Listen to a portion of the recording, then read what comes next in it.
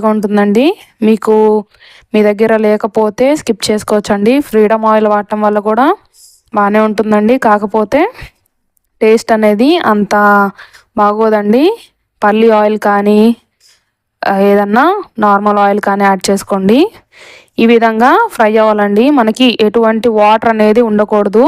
మధ్య మధ్యలో టమాటాలు అనేది తిప్పుకుంటూ కంటిన్యూస్గా తిప్పుకుంటూ వాటర్ అనేది మొత్తం పోయేంత వరకు ఫ్రై చేసుకోవాలండి. స్మాష్ చేసుకుంటే టమాటాలు అనేది మెత్తగా ఉడుకుతుందండి.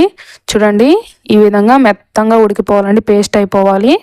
అప్పుడే పచ్చడి అనేది స్మూత్ స్ట్రక్చర్లో బాగుంటుందండి.